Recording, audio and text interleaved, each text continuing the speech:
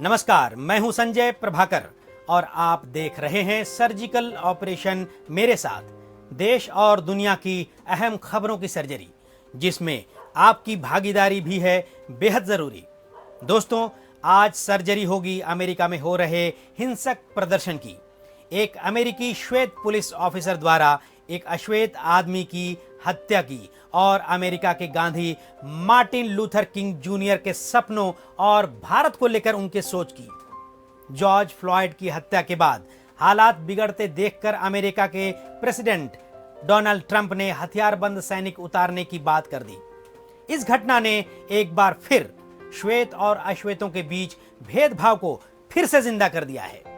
ठीक उसी तरह जैसे हमारे देश भारत में जातिवाद की जड़ें आज भी फैली हुई हैं। ऐसे वक्त में एक बार फिर अमेरिका को अपने गांधी की याद जरूर आ रही होगी। मार्टिन लूथर किंग जूनियर वो कौन थे, भारत से उनका क्या नाता था, इसकी भी हम बात करेंगे। दोस्तों, अमेरिका के मिनियापोलिस शहर में अफ्रीकी मूल के एक अमेरिकी शख्स की पुलिस की बर्बरता से मौत हो गई, जिसका वीडियो भी वायरल हुआ था। सोशल मीडिया पर आपने जरूर देखा होगा। इस वीडियो में एक अश्वेत के हाथों में हथकड़ी लगी हुई है। वो जमीन पर उल्टा लेटा हुआ है। एक पुलिस अफसर उसकी गर्दन पर अपना घुटना जोर से गड़ाए हुए है। इस दौरान फ्लॉयड बार बार कहता रहा कि मैं सांस नहीं ले सकता, प्लीज मैं सांस नहीं ले पा रहा हूं, मुझे छोड़ें। लेकिन पुलिस ऑफिसर डेरेक चाउविन ने एक ना सुनी और कुछ ही पलों में जॉर्ज फ्लॉयड की मौत हो गई। 25 मई का वो काला दिन, 46 साल के फ्लॉयड की पुलिस ऑफिसर के हाथों मर्डर के इस वीडियो से समूचे अमेरिका में बवाल मच गया। अश्वेतों में जबरदस्त गुस्सा और आक्रोश की तस्वीरें सामने आने लगी।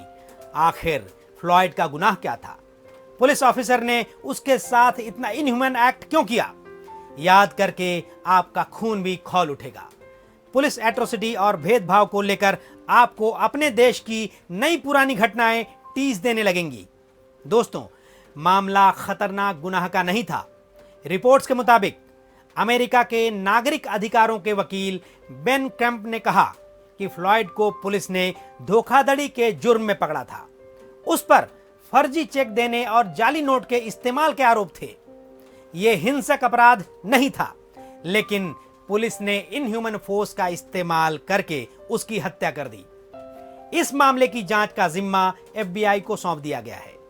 अब पुलिस अफसरों पर अधिकारों के गलत इस्तेमाल का केस चलाया जाएगा। लेकिन विरोध कर रहे लोगों की मांग है कि पुलिस ऑफिसर पर हत्या का मामला दर्ज होना चाहिए और मौकाए वारदात मौजूद सभी पुलिस वालों के खिलाफ मर्डर का केस चलाया जाए। एक अश्वेत नागरिक की पुलिस हिरासत में मौत के बाद भड़की हिंसा के बाद अमेरिका की राजधानी वॉशिंगटन DC समेत Phoenix, Denver, Las Vegas, Los Angeles के अलावा कई अन्य शहरों में हजारों प्रदर्शनकारी सड़कों पर उतर आए। हिंसक प्रदर्शन ने कई शहरों को अपने चपेट में ले लिया। कई शहरों में कर्फ्यू लगा दिया गया। कई इलाकों में आगजनी और लूटपाट की घटनाएं देखी गईं। तोड़फोड़ हो रहे हैं। हजारों लोगों को हिरासत में ले लिया गया है। हाँ, तस्वीर का एक दूसरा रुख यह भी है कि इस बीच ऐसे प्रदर्शनकारी भी हैं जो शांतिपूर्ण तरीके से इंसाफ की मांग कर रहे हैं। हालांकि इस मामले में शामिल 4 पुलिस वालों को बर्खास्त कर दिया गया है। प्रदर्शनकारियों को शांत करने के लिए अमेरिका के कई शहरों से ऐसी तस्वीरें भी सामने आई जिनमें पुलिस वाले घुटनों पर बैठकर नजर आ रहे हैं सामने रोड पर, सड़क पर। साफ है, इसके जरिए जॉर्ज फ्लॉयड को न्याय दिलाने की लड़ाई में गुस्साए लोगों को समर्थन का साफ संकेत है। अमेरिका के राष्ट्रपति डोनाल्ड ट्रंप के लिए यह घटना बहुत बड़ी मुसीबत बनकर आई है। पहले से ही कोरोना महामारी को लेकर वक्त पर फैसला नहीं लेने और इस पर कंट्रोल नहीं कर पाने को लेकर सवालों के घेरे में है। ऐसे में इस नए मामले से दूसरी बार राष्ट्रपति बनने की उनकी महत्वाकांक्षा पर पानी फिरता नजर आ रहा है। इस हत्याकांड ने राजनीतिक रंग भी ले लिया है। ट्रंप ने अमेरिका में हो रही हिंसक वारदातों को लेकर ऑपोजिशन पर गंभीर आरोप भी लगाए हैं। My fellow Americans, my first and highest duty as president is to defend our great country, and the American people.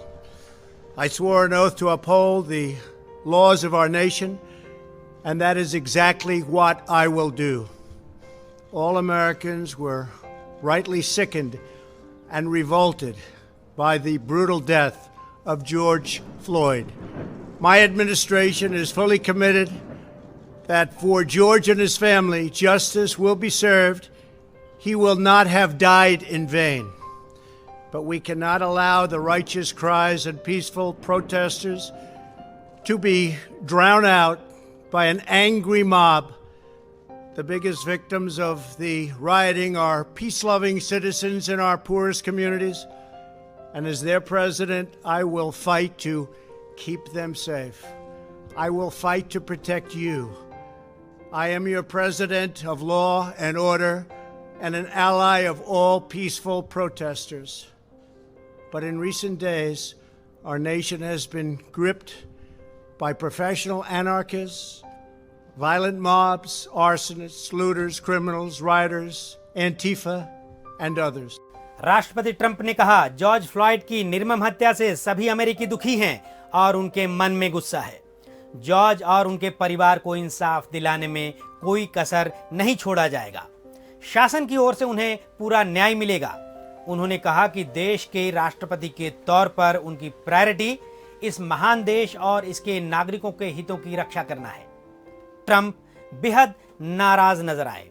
उन्होंने कहा, वॉशिंगटन डीसी में लूटपाट और हिंसा की घटनाएं हुई, ये बेहद गलत है। मैं हजारों की संख्या में हथियारों से लैस सेना के जवानों को उतार रहा हूं। इनका काम दंगा, आगजनी, लूट और मासूम लोगों पर हमले की घटनाओं पर लगाम लगाना होगा। इसके साथ ही ट्रंप ने राज्यों को हिदायत दी कि वे अपने नागरिकों की रक्षा करने की पूरी कोशिश करें। अगर कोई राज्य या शहर अपने नागरिकों और उनकी संपत्ति की रक्षा करने से इनकार करता है, तो मैं अमेरिकी फौज की तैनाती करके उनका काम तुरंत आसान कर दूंगा। ट्रंप ने कहा कि चंद दंगाइयों के हिंसा के आगे शांतिपूर्वक प्रदर्शन करने वाले लोगों के विरोध को भी वो बिल्कुल नजरअंदाज नहीं होने देंगे। यानी मतलब साफ है, ट्रंप इंसाफ दिलाने की बात कर रहे हैं।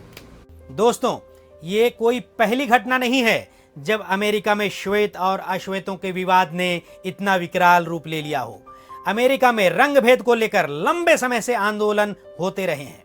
ये बात सारी दुनिया जानती है कि खुद को leader of the free world कहने वाले अमेरिका में लंबे समय तक अफ्रीकी मूल के लोगों को गुलाम की तरह रखा गया। पर वक्त ने मसीहा भी भेजा।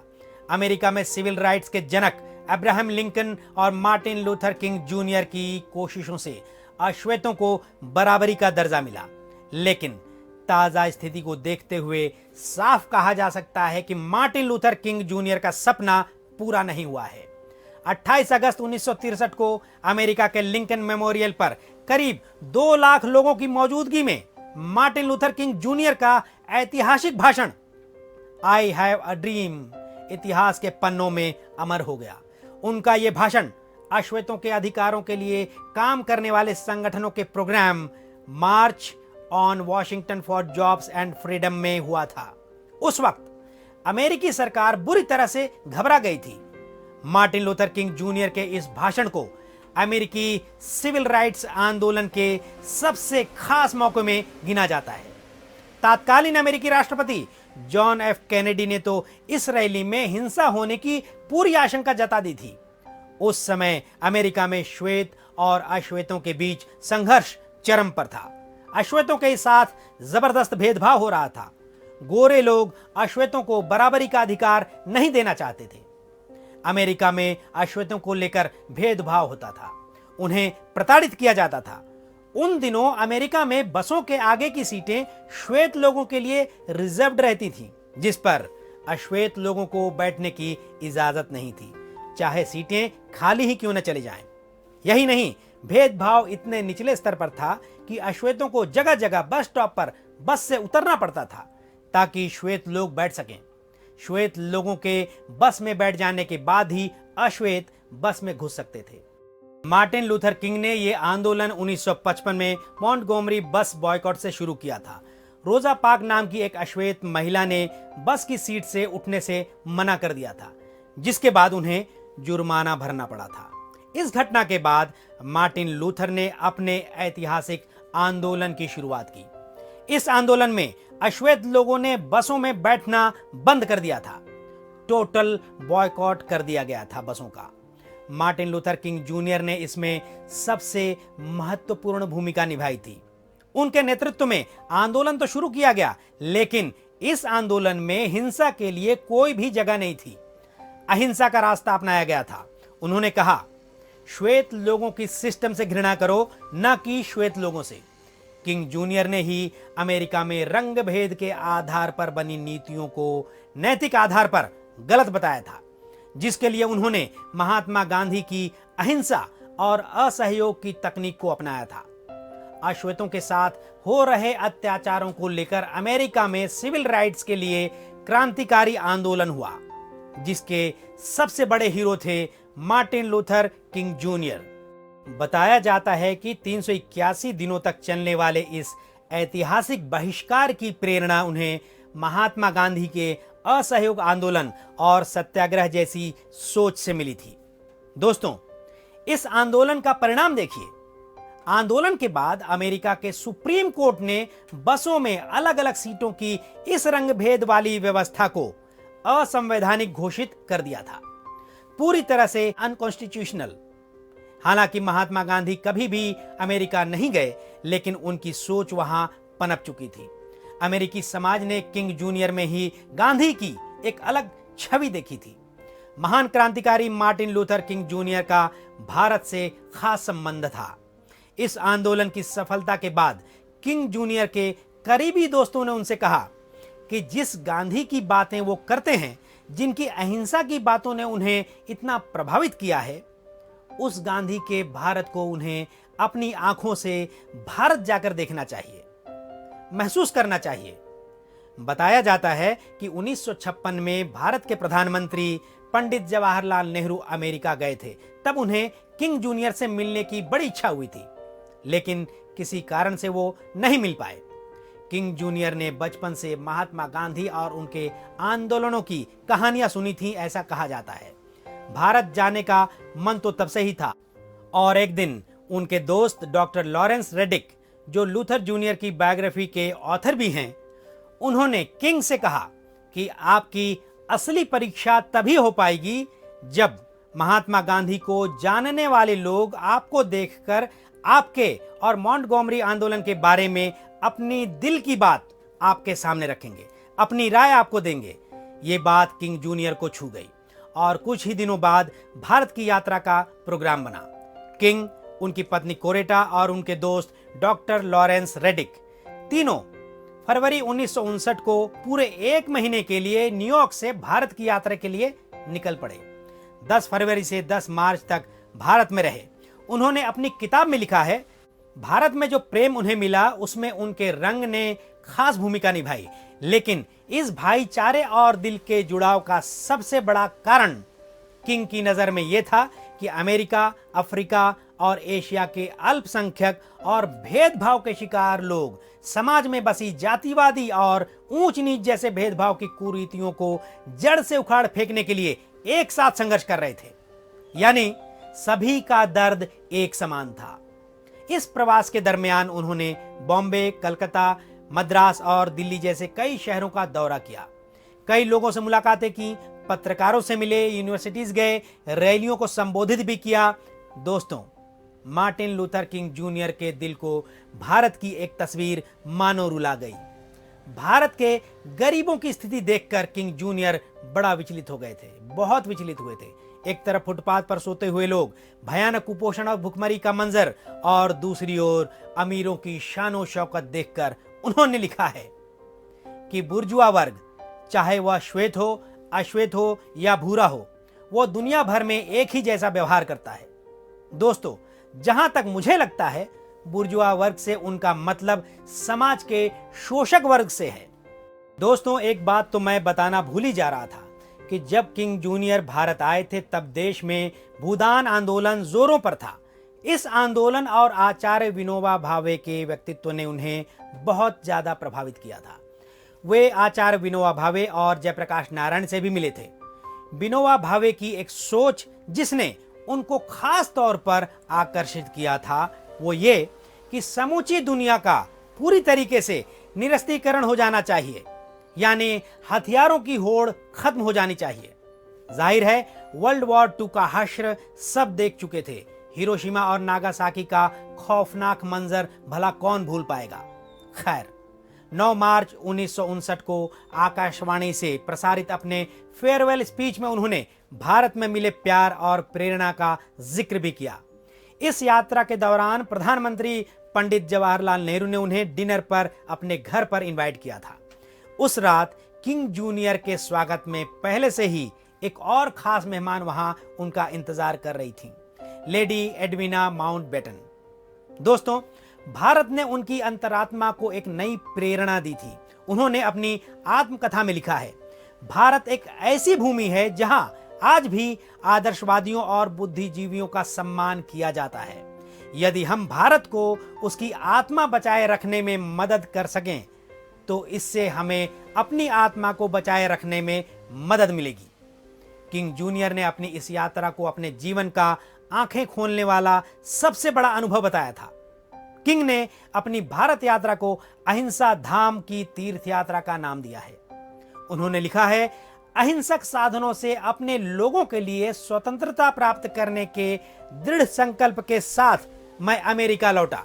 भारत यात्रा का एक परिणाम यह भी हुआ कि अहिंसा के बारे में मेरी समझ बढ़ी और इसके प्रति मेरी प्रतिबद्धता और भी गहरी हो गई। सिविल राइट आंदोलन का नेतृत्व करने के लिए मार्टिन को टाइम्स मैगजीन ने 1963 का मैन ऑफ द ईयर का सम्मान दिया था। इसके बाद उन्हें शांति के क्षेत्र में नोबेल पुरस्कार से भी सम्मानित किया गया था। अपने नोबेल पुरस्कार की स्पीच में उन्होंने रंग भेद के बारे में भी बात रखी थी। पर अफसोस, रंग भेद का दर्द आज भी अश्वेतों को झेलना पड़ रहा है और गांधी के भारत में भी आज जाति पाति का भेदभाव बरकरार है। दोस्तों, इस मामले पर आज बस इतना ही। वीडियो देखने के बाद अपना कमेंट लिखना न भूलें। चैनल जरूर सब्सक्राइब कर लें ताकि सर्जिकल ऑपरेशन की ताजा रिपोर्ट्स आप तक लगातार पहुंचती रहे। धन्यवाद। अपना ख्याल रखें, अत्याचार मत सहें, अत्याचार के खिलाफ क्रांति की मशाल बने। जय हिंद।